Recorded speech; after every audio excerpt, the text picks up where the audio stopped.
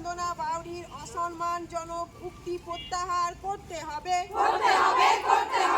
কর্মক্ষেত্রে মানসিক নির্যাতনের শিকার মৃত আশাকর্মী রুম্পা মণ্ডলের স্মরণে আজ সারা বাংলা শোক দিবস, প্রতিবাদ দিবস বাঁকুড়ার গঙ্গাজল ঘাটি ব্লকের মৃত আশা কর্মী রুম্পা মণ্ডলের পরিবারকে আর্থিক ক্ষতিপূরণ 50 লক্ষ টাকা দিতে হবে। কর্মক্ষেত্রে মানসিক নির্যাতন ও হেনস্থা করা চলবে না।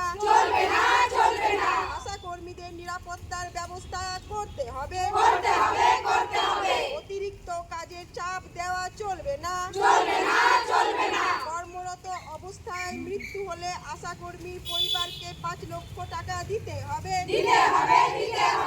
আয়ুষ্মান ভারতের PKYC কাজের জন্য ডাটা এন্ট্রি অপারেটর নিয়োগ করতে হবে। আশা কর্মীদের কর্মদিবস 8 ঘন্টা করতে হবে। প্রতিটি জনগণকে উপযুক্ত স্বাস্থ্য পরিষেবা দিতে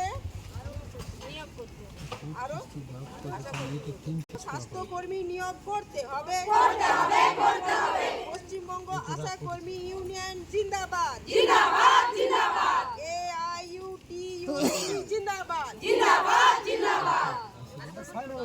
চলো আর একজন দুজন একজনকে বলো, আমি তো বলতে একজন যা ভালো বলতে পারে ঝাড়া ঝাপটা হয়ে বলবেন একদম, যাতে মনে হয় যে ভিতরে ক্ষোভ আছে।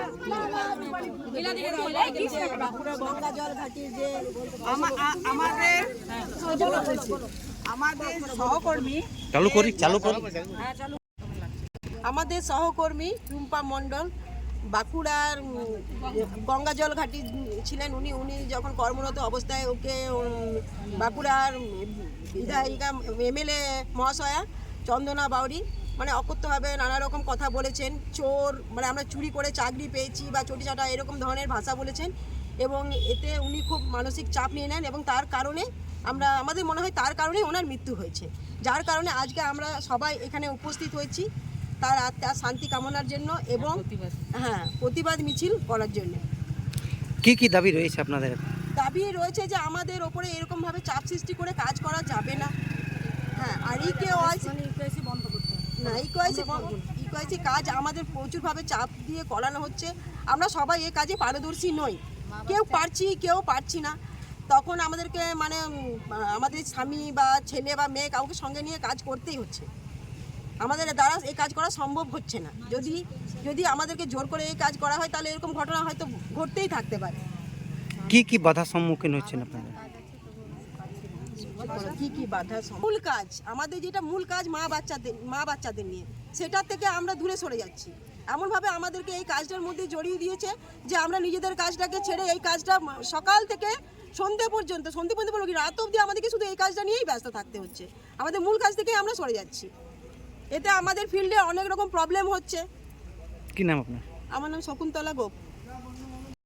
ডেপুটেশন দিয়েছি, ডিএম অফিসেও দিয়ে এসেছি, আমরা বিডিও অফিসেও দিয়েছি, কিন্তু তারপরেও আমাদেরকে অতিরিক্ত চাপ দেওয়া হচ্ছে। আমরা বলছি কাজটা করতে পারবো না, সেই বলছে করতে হবে, একদম টার্গেট বেঁধে দিচ্ছে যে 50 করতে হবে, 25 করতে হবে, 30 করতে হবে প্রতিদিন। আমাদের নইলে বলছে অনারিয়াম আটকে দেওয়া হবে, কিন্তু আমরা তো ওই কাজের জন্য নিযুক্ত হইনি।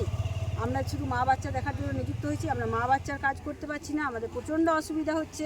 ইকেওয়াইসি আমরা কিছুতেই করতে পারবো না। আর ইকেওয়াইসির জন্য আমাদেরকে কোনো রকম কোনো ট্রেনিং দেওয়া হয়নি।